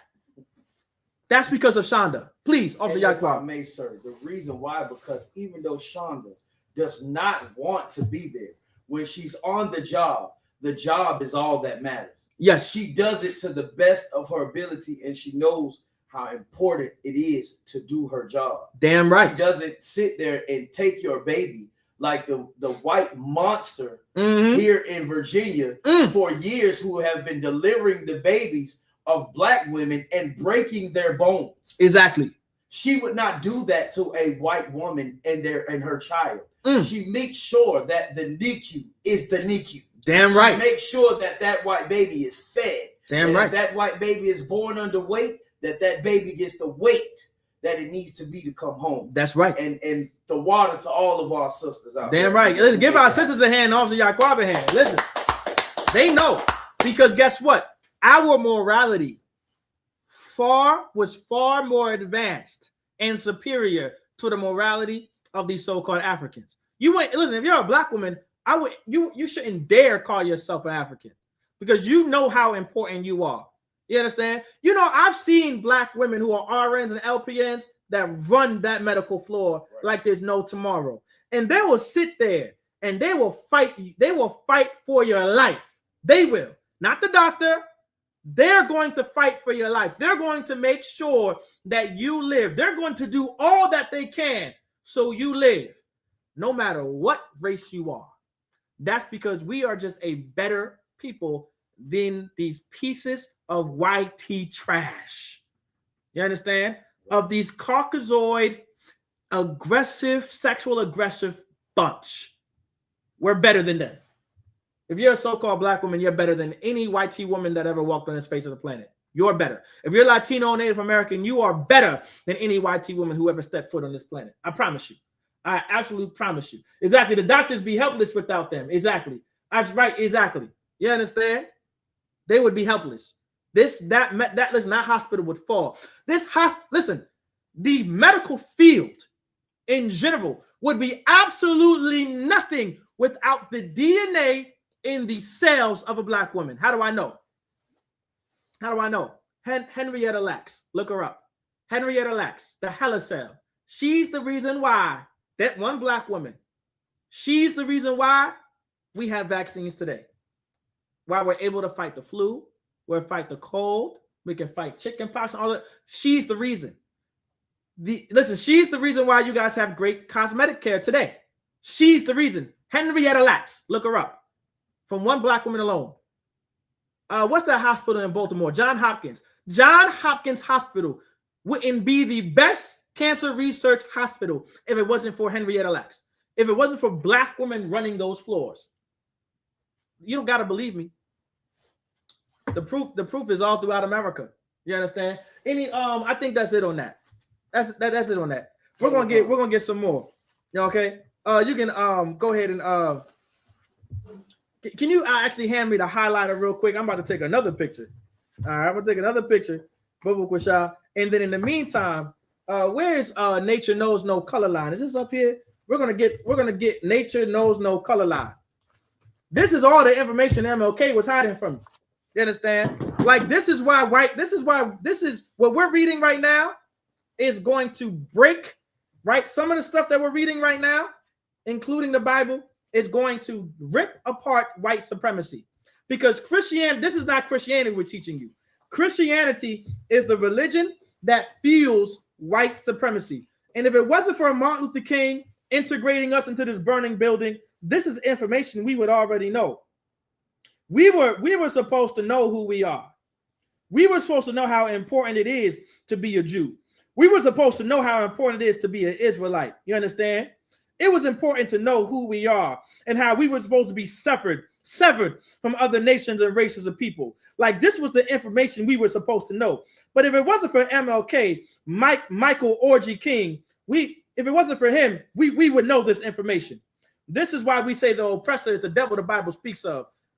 The so-called white man, our oppressor, that comes from that sexual, aggressive, Caucasoid flock, they used Martin Luther King, and they capitalized off of the lust of Martin Luther King.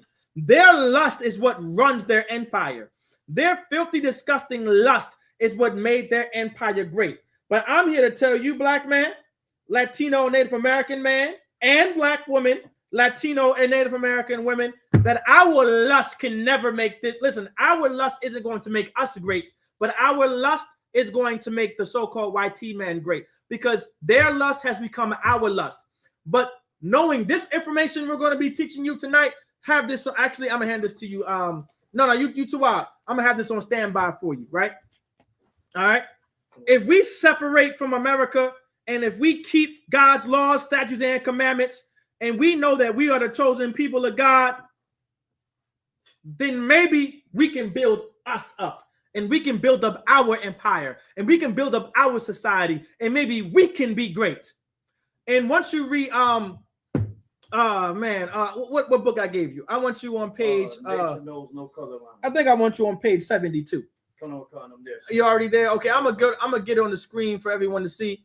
All right, because I'm gonna show you a few things in Nature Knows No Color Line. All right, y'all bear with me. I might be going a little bit over time, but I want you guys to get this information. All right, I want you guys to really have this information. So please go ahead and read it when you got it. I think I have it on the screen for everyone to see. I think they should be able to see that. Coming from the book of Nature Knows No Color Line, chapter the Negro as a Moor, Negro ancestry in the white race. Okay, it says Moor, the race as it occurs in European heraldry, always means Negro. So let me tell you something. So when you see those black Moors out there with the red hat or whatever the hell they are, those aren't Moors. They don't know what the hell they're talking about. They don't know what the hell they're doing. The word Moor either comes from being Moroccan, meaning you actually come from Morocco, right, as a Moroccan in the continent of Africa, or the term Moor just meant what? Moor, the race as it occurs in European heraldry, always means Negro. It just meant Negro. Well, who are the Negroes? Black people in America. Who are the Negroes? The Latinos in Central and South America. Who are the Negroes? The Native Americans who didn't go into those reservations and enslaved by our oppressor. That's who were called Negro. Was the YT man ever called a Negro? Actually, I have a question. To you Jewish people out there, were you ever called Negro? No. Were you ever called a Moor? No. Continue reading. The Greeks, as was said, used Moros to mean black or dark. Go ahead. And the Romans used it for Negroes. So Moros and Moor, they're similar words.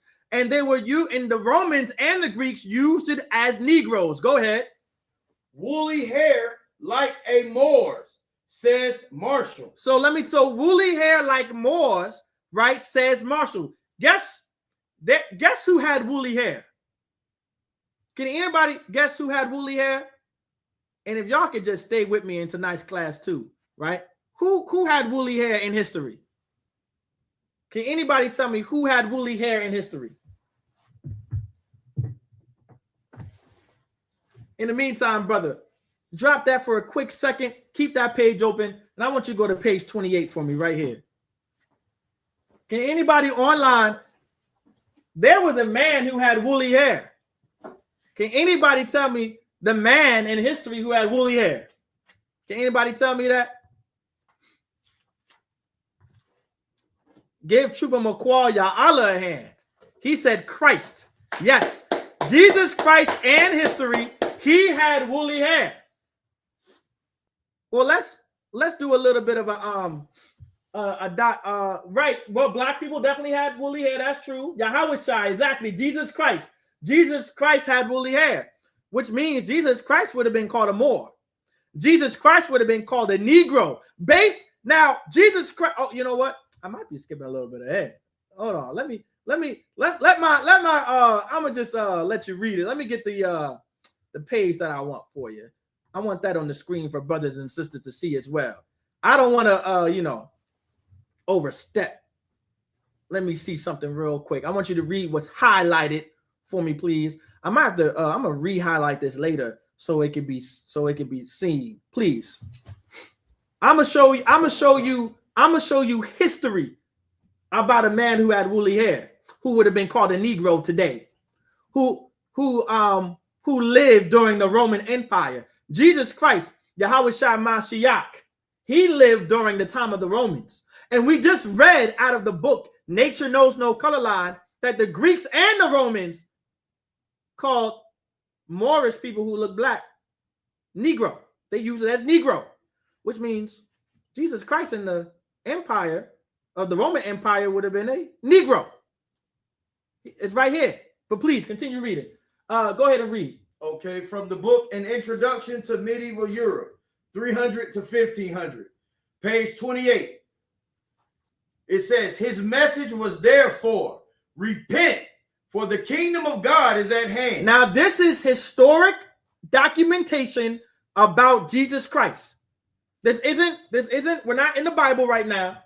We are actually reading historical documentation recorded of Jesus Christ. Because Jesus Christ, Yahushua Mashiach, he was indeed a real man who walked the planet. Please. It was a message meant especially for Jews. Say what? It was a message meant especially for Jews. Now, we didn't read the Bible yet. This is historic evidence right here that his message was strictly for the Jews. It was a message especially for Jews. Well, we know the Jews are black. Now remember, this is recorded history. Now, Jesus Christ was alive around 30 to 33 AD. Around 30 to 33 AD. That's recorded history. Well, before 740 AD, the so-called Jewish men were just Russians. You understand? So this means this book must be, so these Jews must be talking about who? Negroes, black people. Please go ahead. There is no adequate reason to suppose that he thought of a Gentile mission. Oh my God. Say that one more time. There is no adequate reason to suppose that he thought of a Gentile mission. So this is not in the Bible yet, but this is proof right here that Jesus Christ, his mission had nothing to do with Gentiles. Please. Still, less of a Gentile Christianity divorced from Judaism. There you go. Because here's the message. Jesus Christ's message was always for the Israelites. It was always for the Jews. It was never for the Gentiles, within context, other races and nations of people. How do I know? Because Jesus Christ was holy. And so because Jesus Christ was holy, how did God say for us to be holy? We must be severed from other nations of people. We read that in the Bible in the beginning of class. You understand? Please continue. Opinions differ as to whether Jesus believed himself to be the Messiah, who was to deliver his people, the agent of God in establishing the new kingdom. Mm-hmm. But many of his immediate followers took him for the Jewish Messiah. So his followers who followed Jesus, which is Peter, John, Bartholomew, Thomas, etc. These were men, Simon. These are men who believed that this was the Messiah, meaning this man was the anointed. Please. Thus, when at Jerusalem, he was first publicly proclaimed as the inaugurator of the expected new era. What's that new era? The New Testament. That new era was an era of falling away, right? From falling away from Roman practice, from falling away from Grecian practice, falling away from the cultures and the traditions of another nation of people. Please. It was inevitable that he should be looked upon by the authorities as a dangerous and fanatical revolutionist. One more time. Ooh-wee. It was inevitable that he should be looked upon by the authorities as a dangerous and fanatical revolutionist. Jesus Christ was black. Jesus Christ would be known as a so-called black Hebrew Israelite. That's who Jesus Christ was. Jesus Christ was a revolutionary. He was dangerous. He was a radical. He was a soldier. That's who Jesus Christ was. That's who Yahweh Shai Mashiach was. He wasn't no feminine, soft, white tea man, some oppressor who wore some Roman toga. Jesus Christ wore a garment down to the foot. You understand? With a golden girdle war belt. Like if it was a WWE SmackDown Raw cage match. You understand? That's what Jesus Christ would have looked, is what he looked like. Please go ahead. Mr. Larkin, sir, if I may, that is one West in the Bible. That is one West. Give that brother a hand. That is one West. That is the spirit of the Most High that was brought back and put back onto the earth in 1969. You understand? Yes, he was that big dog. Please continue. Come. About to disrupt the well-established order of things. So he was there to destroy the order of things, because Jesus Christ. Now we're gonna drop that. We good on that right there. I just wanted to show y'all a black man with woolly hair. With context, we can go into the Bible, right? But I'm trying to not hold y'all too long.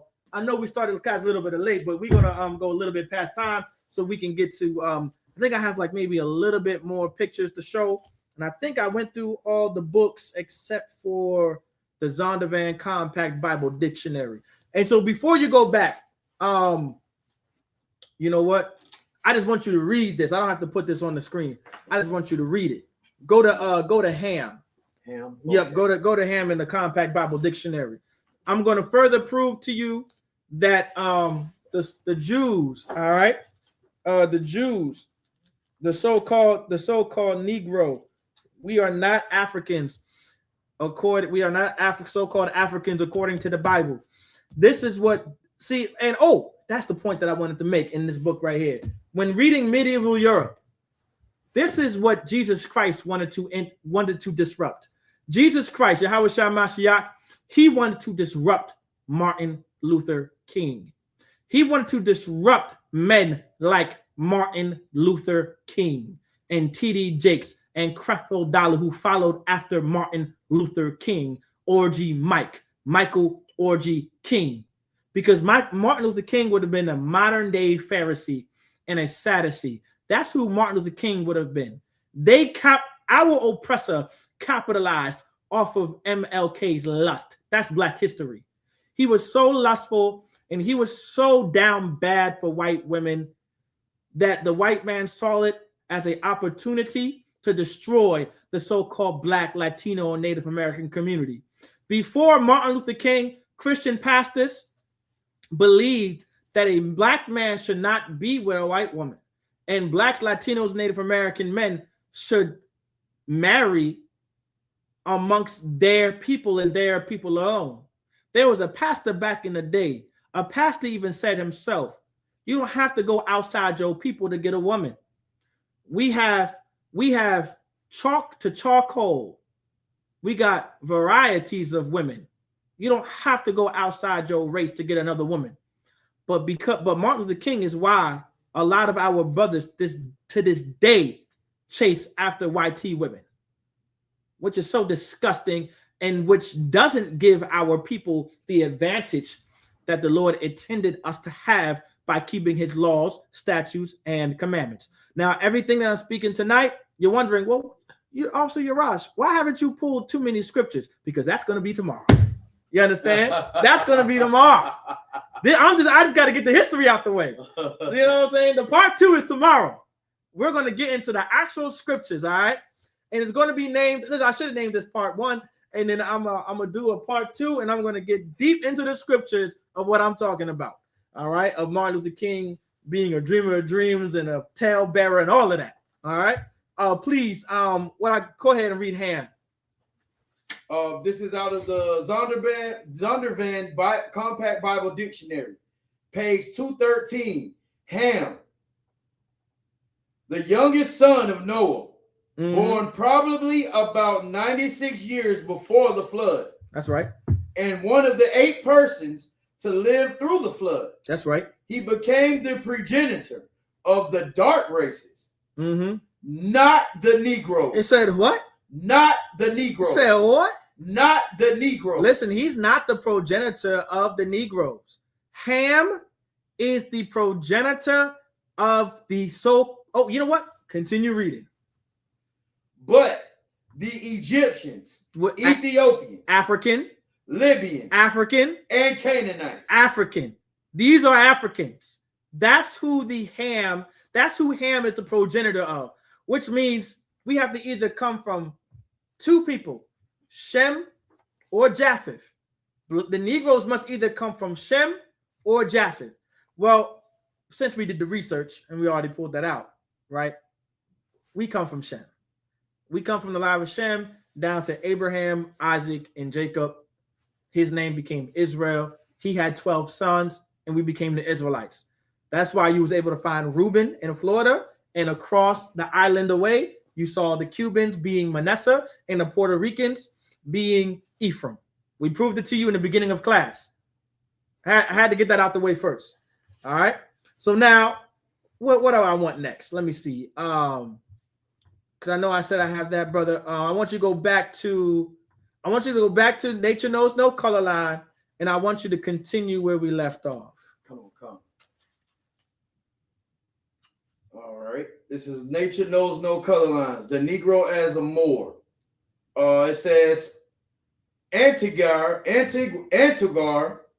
says that to the Greeks, Romans, and Gauls, the Moors were known as the black people. Say, whoa, brother, did I highlight that?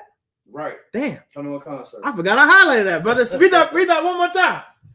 Antigar says that the Greeks, Romans, and Gauls, the Moors were known as the black people. They were known as black people. You know who Africans were never known as? Black people. You want to know who the Ethiopians were never known as?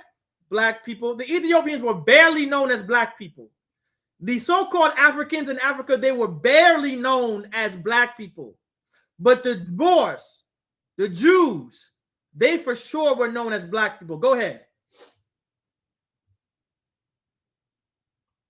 Moor, therefore, was the equivalent of Negro. So if you were called Moor, you understand? If you were called Moor back in times past, during the times of medieval Europe and during the times of the Dark Ages, then you were known as a Negro. In today's time, you would be called a Nigga. Salakia, sir. Please. If I could just give you, sir, nigger or niger in the Zondervan. Please. If I could, sir. Please, just read it. Damn right. I got it highlighted in my book. Salakia, sir. Oh yeah, the water says I just want to make sure y'all got this lesson out. And so brothers and sisters can know who they are, what they are, and where they come from. Salakia, sir. And it's not over yet. It's not over yet. There's some more coming. We're almost out of here too. I'm gonna show y'all a few slides. Okay. Please. This is also in the Zondervan Compact Bible Dictionary. Mm-hmm. This is the on page 399, the word Niger. Now, of course, we're saying Niger because if we said it how it's actually pronounced, it would be considered a racial slur today. But Niger is actually spelled or pronounced how Nigger would be spelled. Please continue.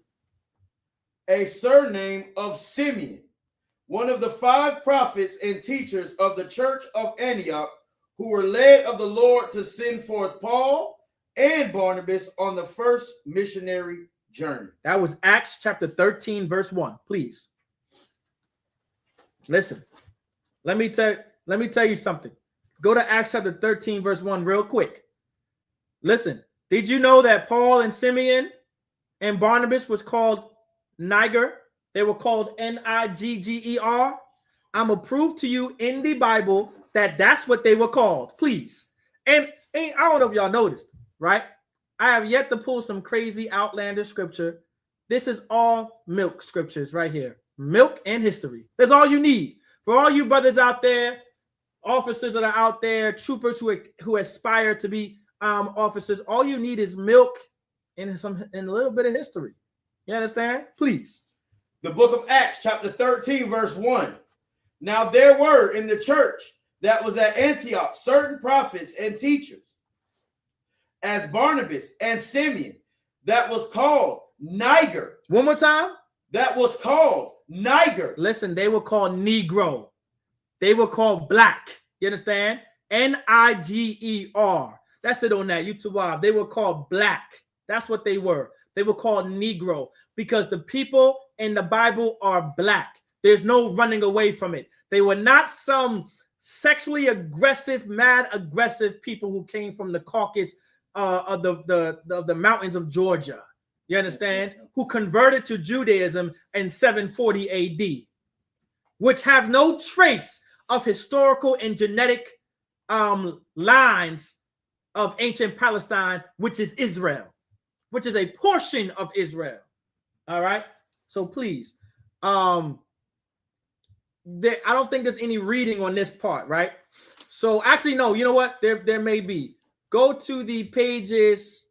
I'm gonna go ahead and get this on the screen for the brothers and sisters. I'm gonna get some documentation for them. All right, I'm gonna show you now. This is during Europe. I'm gonna show y'all a few things. Now now go ahead and read the top of the page for them, brother. The first highlighted portion where it talks about the Negroes and coat of arms of noble families.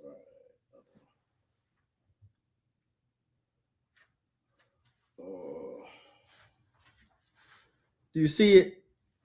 You might have to kind of like skim through it. It's going to be like a pictures. But while the brothers, but while the you want Slocky, sir? Which part you want me to read? The part where it starts off and it says Negro ancestry in the white race. Well, take me to the page where it says Negroes and coats of arms of noble families, where you see a list of pictures. Turn on con. I'm right there. Okay, please. Page 76. Yes. It says Negroes and coats of arms of noble families. Blackmore. Now, go ahead.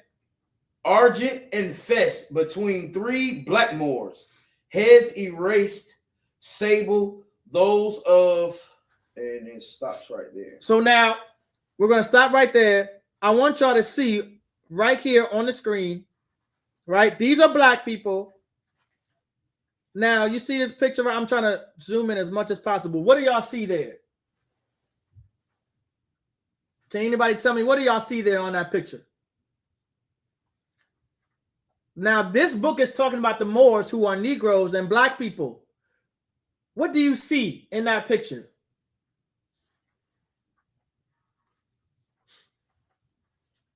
Now, if you see on the screen too, that's the page I want you at real quick, if you can. And maybe you can see it too, but you can see it on the screen as well. Anybody want to give it a shot?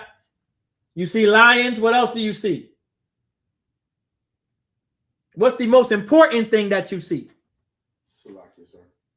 Please. I see the shield. You see the shield of David. Give Officer Yaquab a hand. Give Officer Yagadar a hand. Right? You see the Magan Dawada, the shield of David, which means these Moors that the book is talking about and the black people that they're talking about in this book must be who? They must be the Jews. Right? They were black, right? They were royal black families in England that did not get a lot of respect until King George and Queen Charlotte. Right. Give that sister a hand. That's true. Well, guess what? I'm gonna give you some more information. They were the Jews. These black royal families, right, out in Scotland and Ireland and Germany, they were Jews. Here's the proof. These are coat of arms with the shield of David, which people know as today the Star of David, but it's actually the shield of David. Let me give you another one, just so you guys are not, so you guys don't think I'm fibbing. All right, here goes another one. And you see that? These are black. These are black people that you see right here. These are black people. You understand? I'm gonna go ahead. Let me see if I can get the I'm gonna go to another. Please, you have something to say? Like you, sir. If I may, sir, all of this is proof too concerning with King James. He was from one of these royal families. Yes, they were. And the thing about it, in his very signet, it says House of Jacob. Listen, give that brother a hand. And this is the book. Right. And this is the book right here. So I want you to go to page 88. Go to page 88 for me. And I want you to read the bottom of that page. Come. It says Negroes in coats of arms of noble families. German families. Note the Negroes, upper left, wearing crowns and the archbishop's mitre. Does anybody know what a mitre is? A mitre is what the priest would wear, and they would wrap it around their heads. And so you'll see, right? If you'll see right here, if you delve in, right? If you just, I don't think I can zoom in that. Can I zoom in that far? It's trying to move. I may not be able to zoom in that far. But if you look at that screen, you see those two little strings from the brother. You see where the brother, you can see where the mitre is. That's a mitre. And you can see the tail of the mitre kind of blowing in the wind in that picture. The same, the mitres I love wearing. That's why there's two tails. If they're long enough, you'll have a tail, two tails going down your back. And you would either, if it's windy, because they took the picture or whatever, or drew the picture, it will kind of blow in the wind if you're not careful. That's what that is. All right, that's proof that, and here we go. What else do we see in that picture? Once again, we see the shield of David. We see it right here. This is proof that black people are the Jews, the Negroes, blacks and Latinos and Native Americans, because blacks, Latinos, and Native Americans were classified as what? Negro, which means blacks and Latinos and Native Americans ruled what? Europe. Exactly. Right here. Here's the proof. Here's the absolute proof. And I think let me see. Let me pull one more. I think I got one more in here. Let's go to page 96. We're going to get some more on this right here. Salakia, sir. Please. And if I could, the sister Khadijah Mitchell, she mentioned Queen Charlotte. Right. Queen Charlotte is on the cover of this book. Oh, damn. Salaki, I forgot about that. Listen, can I see the book real quick? Here's her page inside of the book. Right. She's on the cover as well. Right. Listen, I knew I got the book for a reason, brother. That's my fault. Let me go ahead and I'm gonna take this down off the screen real quick so we can prove what the sister give Sister Khadijah a hand. All right. And so here we go, right here. Right. This is Queen Charlotte on the face of this book. This book is called Nature Knows No Color Lie. Right here. And then, of course, it's literally in the book. You can see it right here. Open your eyes. It's right there. All right. And I want you to go to page the next page over on page 90. Was it 90? What did I say? 96? What did I say? 96. I would like 96. It's 96, sir. Right. And so on page 96, if y'all still on the screen, I'm gonna zoom in. Read the bottom. Come. German. Note the Negroes lower with crowns and the bishop's mitre. So now the bishop's mitre, right? So you see right here, you see how you see that mitre?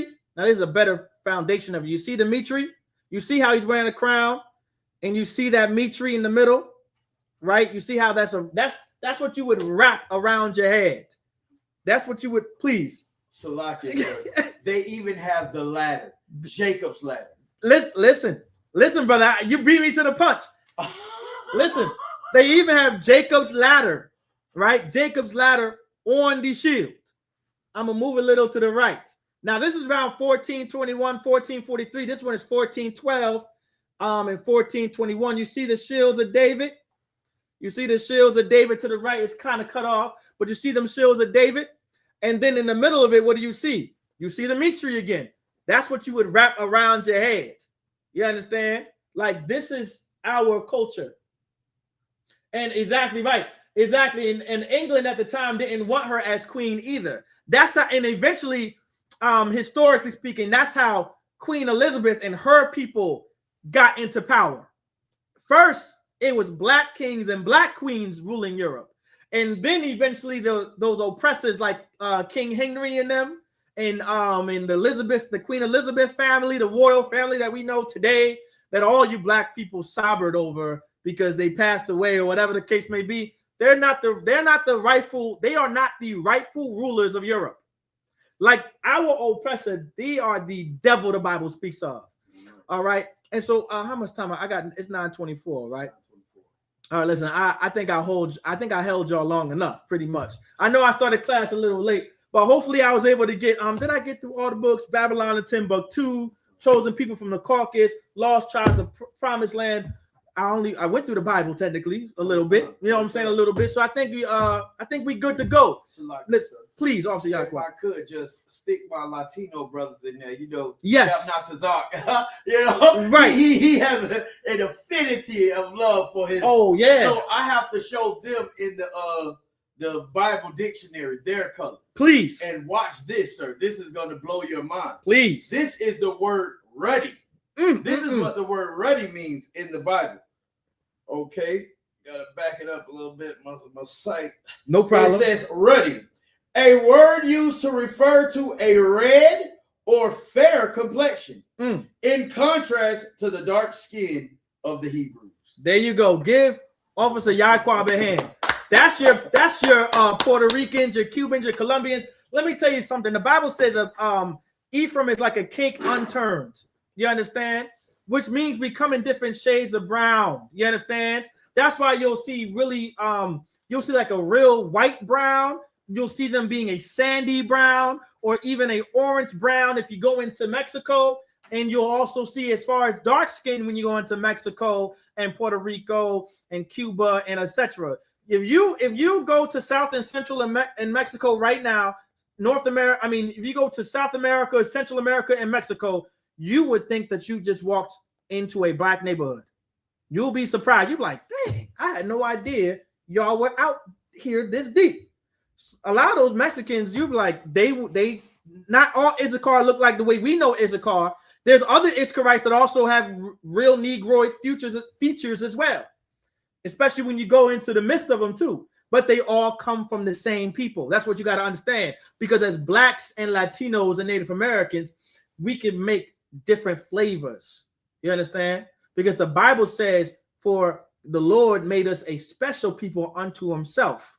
That's what the Bible says in Deuteronomy 7:6. But I'm not going to hold it too long. The water for your time. And I'm going to pass the class to Precinct Officer 50 Yaqua.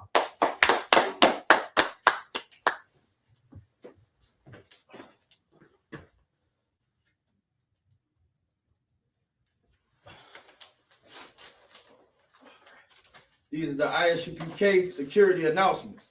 We are the ISUPK. Started out of 1 West, 125th, 5th Street, Harlem, New York. Roof for new brother or sister. When a new brother or sister comes into the school, they are off limits for a year. They are to be saluted only. They are here to share themselves of the world. If they need transportation, the teacher will arrange it. After a year, if a brother or sister has an interest in a particular person, he or she must get permission from the head to speak to a brother or sister. There's another 6 months in which the brother and sister will get permission from the head to marry.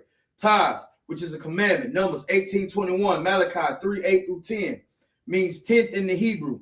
Ma'ashara, 10% of every penny of any increase the Lord gives you. You want to go to the ISUPK.com.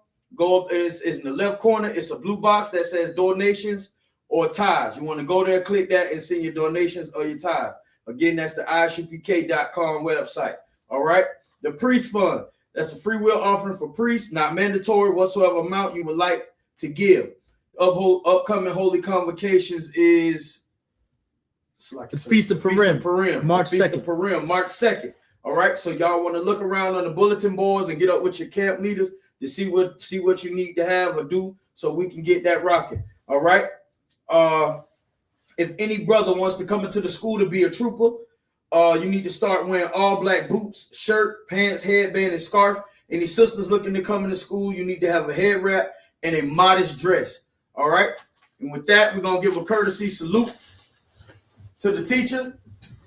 Men of Israel, Imajim Shabbat, Imajim Barak, Yahweh Hashem Yahushua Barakatah. Yahweh Hashem Yahushua Barakatah.